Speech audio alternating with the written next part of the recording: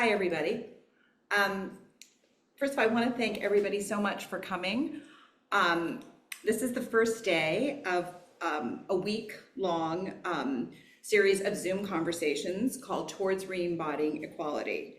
And I'm really grateful to be here at Arcane Space, which is a gallery in Los Angeles, California. And they're presenting this hybrid Zoom live conversation in conjunction with an installation I had here in 2023 called Disentanglement Re-embodiment. So thank you to Arcane Space and to Morley for allowing me to have these conversations here.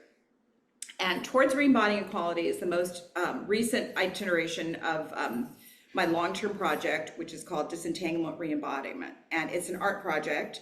It's a research-based art project. It includes videos and photographs and installations and performances where sort of two parts. There's the disentangling patriarchy part, while I try to disentangle the bonds of gender oppression. And the part two, which we're on right now, is call it Towards Re-embodying Equality, where I attempt to visualize a path to an egalitarian, non-hierarchical society. I was really shocked after Trump was elected, and I didn't understand how American voters could want someone who was such a clearly tyrant, a misogynist, racist. I just couldn't understand what that was, which led me to start to try to understand patriarchy and how patriarchy was linked to so many things that are so deeply wrong and causing a crisis for our current time. So we're living, obviously, we all know that global inequality is completely on the rise, inequality horrible.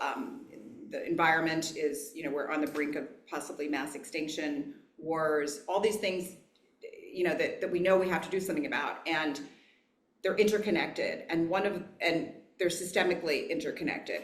So after studying, kind of researching into patriarchy, I was so completely blown away to learn from Heide and Heide's work, which she's going to talk about over the last 30 or 40 years, that there really are alternatives, and there are societies which have existed in the past and which still exist, which offer a different way to live, which she's going to talk about.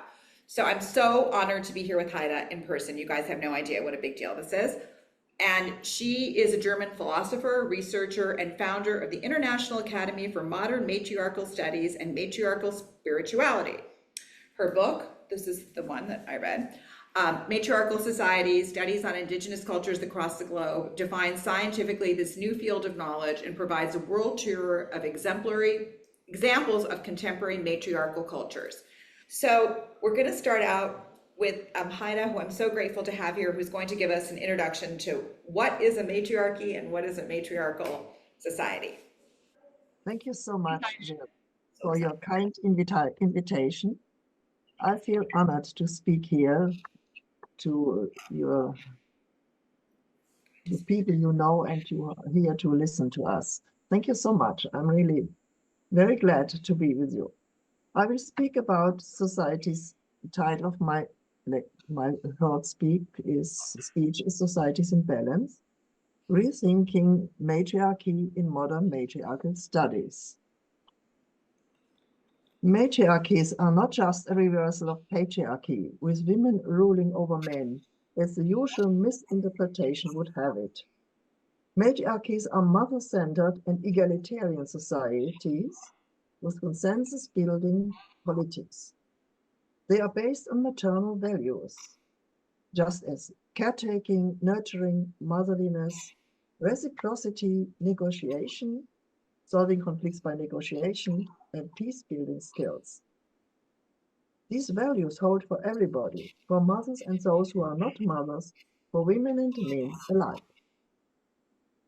This means they have no hierarchies, classes, nor domination of one gender by the other. This can be observed on all levels of society, the economic level, the social level, the political level, and the areas of their worldview and culture. Matriarchies are consciously built upon maternal values and motherly work. They are on principle need-oriented. Their precepts aim to meet everyone's needs with the greatest benefit. So in matriarchies, mothering, which originates as a biological fact, is transformed into a cultural model. This is the subject of modern matriarchal studies, which investigates and presents matriarchal societies from all over the world.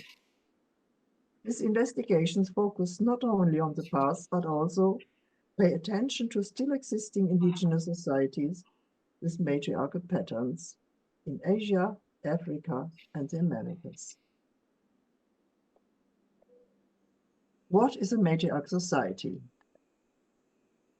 I would like to explain this in respect to the different levels of matriarchal societies.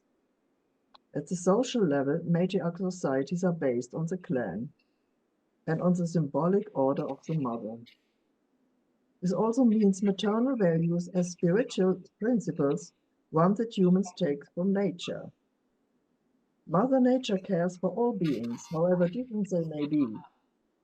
The same applies to motherliness. A good mother cares for all her children, embracing their diversity. This holds true for men as well. If a man in a matriarchal society desires to acquire status among his peers, or even become a representative of the clan to the outside world, then he must be like a good mother. This is a saying of the matriarch Minangkabau of Sumatra. But in matriarchies, you don't have to be a biological mother in order to be respected as a mother, because matriarchies practice a common motherhood of a group of sisters. Each individual sister does not necessarily have to have children, but together they are all mothers of any children that any of them have. This motherhood is founded on the freedom of women to decide on their own about whether or not to have biological children.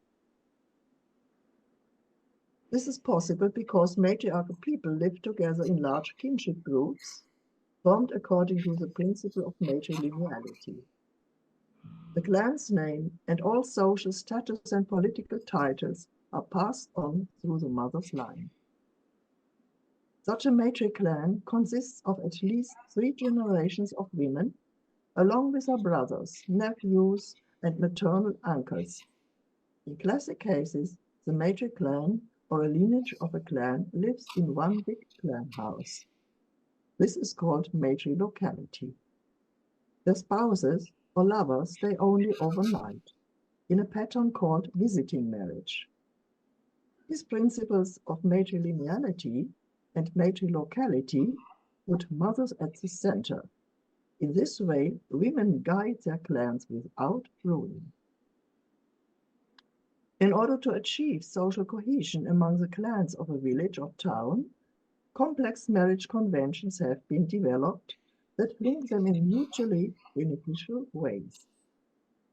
The intended effect is that all inhabitants of a village or town are related to each other or by birth or by marriage.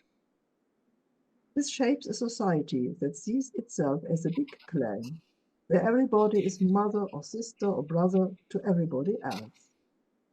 Thus, I define matriarchies on the social level as non-hierarchical, horizontal societies of matrilineal kinship.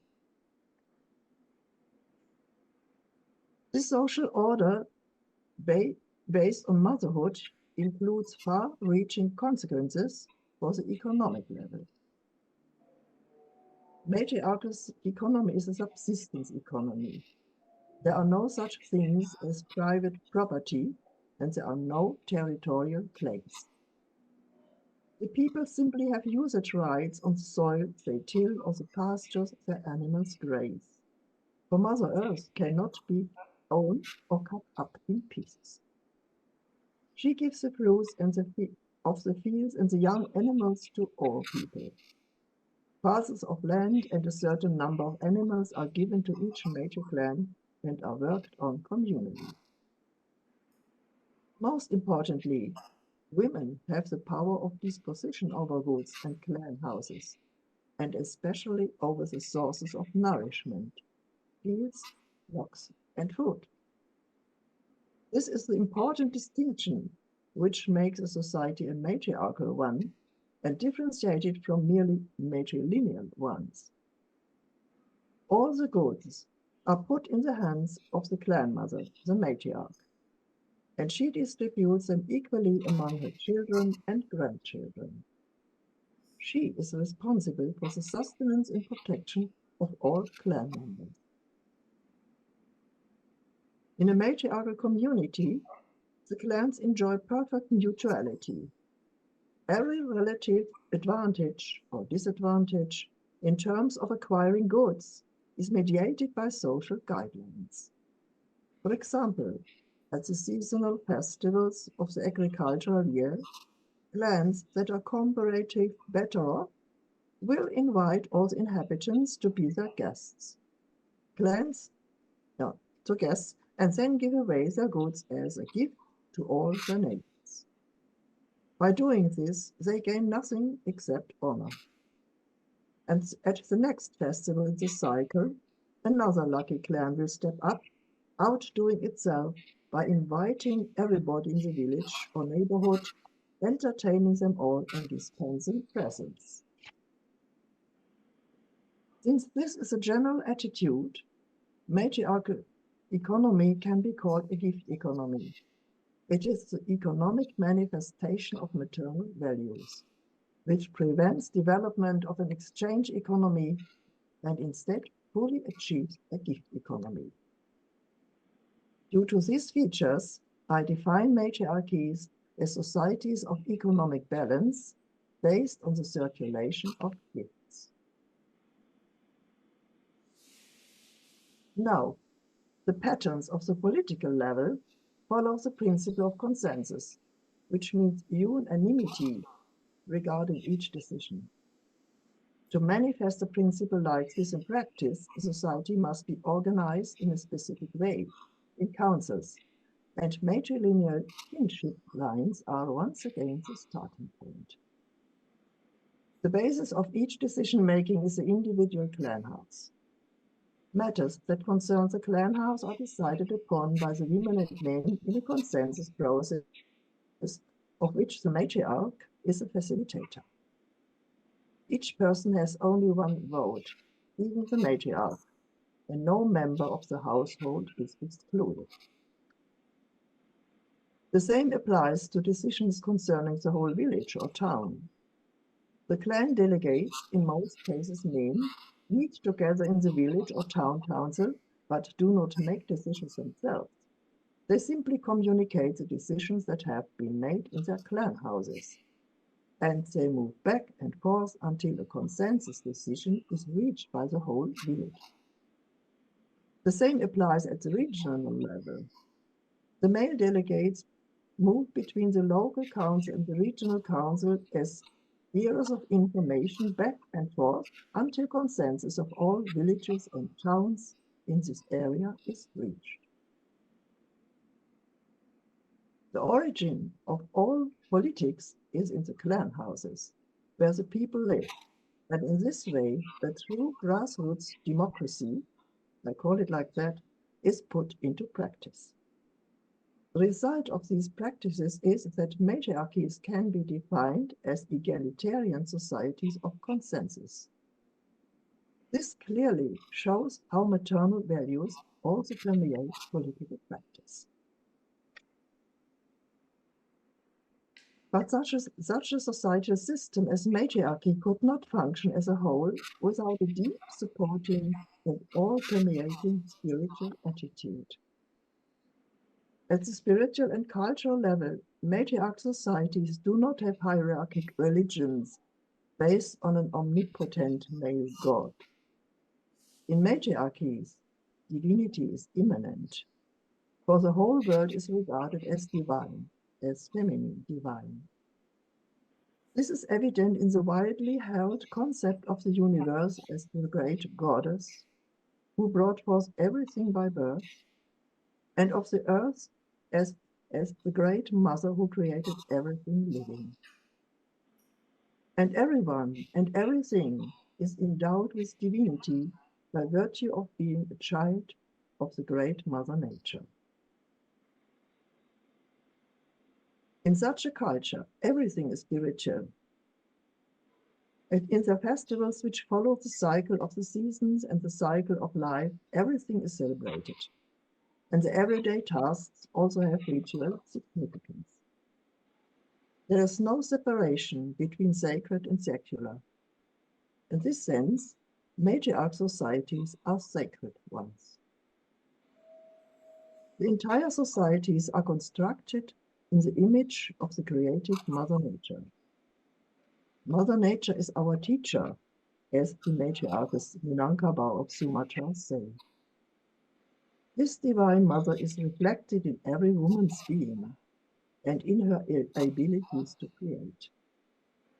Every social, economic, and political action is informed by the principle of the world's all-encompassing maternal attitude. Therefore, on the level of culture and worldview, I define matriarchies as sacred societies and cultures of the divine feminine or goddess. Today, it's becoming increasingly clear that these radically different cultural models can have great significance. For matriarchies are not abstract utopias constructed according to philosophical concepts that can never be implemented. On the contrary, they have existed throughout long historical periods until today. They embody an enormous amount of intellectual creativity and practical experience and belong indispensably to humankind's cultural store of knowledge. The values show how life can be organized in such a way that it is based on needs, is non-violent, and peaceful, is simply humane. I hope this contributes to change the world, which is urgently needed today in this destructive late patriarchal epoch. Thank you for listening. Thank you so much. I know you've been researching these societies, as we've seen in these books, all around the world, which in the past and currently existing. So I'm going to ask you the question everybody, I'm sure, asks you. As you know, we're in this terrible time right now. What are your maybe 3, 4 top ideas for how we can possibly embrace some of these ideas that you talk about, either on the economic, spiritual, political, cultural level, to bring us towards a more egalitarian society? You know, what would be your recommendations, particularly for us? We're in the United States. Consensus seems very difficult. You know, we're very divided structurally. We don't really have a grassroots democracy. We don't even really elect our officials. We elect people who elect our officials. We're so far away from this. We're in, you know, late stage capitalism where everybody wants to own as much property as they possibly can. I mean, so what are the few steps you could recommend for, clearly peacefulness is not, seem to be on our agenda. People are profiteering from war. I mean, which is true. I mean, Yeah, Jill, thank you. This is a big question. yeah. The question must be split in several steps. Otherwise, it's not possible to answer it so quickly. I think the first point would be that women create a deep solidarity among each other and create communities which support and foster mothers and children. And if these communities start to create networks, then these are the first step to not to be involved in all these patriarchal problems. We cannot start to fight these patriarchal problems from the top, but we have to start from the level below, communities, consensus-based, and we have to start subsistence economy, which is already going on in so many alternative movements. And but what is important is that people understand that these patterns which ecological movements have, or the movement of communities and so many and feminist movements, they have a lot of matriarchal elements in their actions, but they don't know it. And I think it would be an important step that they understand that they already practice some matriarchal elements, and it would be important to bring them together. And for women, it would be important, I think, to create communities as living together, as networks, as neighborhoods. If we continue to fight as individuals, we are too weak to do this. And it's necessary to do this with a matriarchal consciousness, not only because it's alternative or because it's whatsoever. It must be clearly labeled as matriarchal elements and matriarchal steps on our way. I thought of something and I wanted relating to this. How do you address the internalized patriarchy? So in the United States right now, we have these so-called female leaders who are pretty much the worst of fascism. You can Marjorie Taylor Greene, and they sort of think that they're women speaking for women, but really they're completely internalized patriarchy and do not represent its values at all, although they are physically, biologically in a female body. You see, the internalized patriarchy, we are all daughters of patriarchy and we have been indoctrinated in patriarchy. But when you start to understand, when you start to learn about matriarchal societies and try to understand them more and more deeply, you recognize our patriarchal internalizations, and then we can get rid of them step by step. This is an interesting process, not only a learning process about a different culture and a different model to live, but it's also mirroring in which way we have internalized this and where we are in. So it's a double process, not only learning, but also learning a lot about ourselves. And I can promise it will change you. I'm doing this for 40 years. It changed my life completely. And this will happen to other women too, who will be deeply involved in these matriarchal studies and knowledge and learning. Are there places where some of these people have taken this and begun to live in different kinds of ways? Yes, I think there exist some examples of women's communities and women's networks and initiatives who clearly are based consciously on matriarchal values. These are very few, and they are not big, but I think it's important that they network among each other. I should label some. Yeah, you want to know? So For example, matriarchal community is Nashira, the women's village of Nashira in Colombia, which is very interesting. Or another one is the community and network of Motherful, the founders of this are caring for a community of 500 single mothers. It's also a very interesting experiment. And others of this kind, I cannot list them all here. But for example, the women in North Syria with the matriarchal revolution of Rojava is a very interesting example how women start to change their surrounding by matriarchal values, and they do it consciously. It's important to do it consciously, otherwise it's can be swallowed so easily by patriarchy, like patriarchy swallows all many parts of alternative movements. But to label it matriarchal gives us, I think, gives us power to resist all these patriarchal traps which are all around us. Okay, well, thank you so much. And we're going to share with our Matriarchal Societies group. And I highly recommend opening your eyes to this. It's transformative. When I started in this class 3 years ago, I just didn't even know that there was this sort of alternative structure that was possible. And it does give us hope for a future that will be less violent and more egalitarian, and everyone's lives will be much fuller. So we're hoping for that. May I say some as a closing word? Yes. I'm very glad that modern matriarch studies, the knowledge of matriarch is spreading now internationally at many, many places. For I think humanity is at the brink of extinction with these horrendous crises where we are in. And I'm convinced our future will be matriarchal, or we will not have a future. But it will be matriarchy and we will go on. Thank you. Thank you. Thank you so much. Thank you so much, Heide, for being here.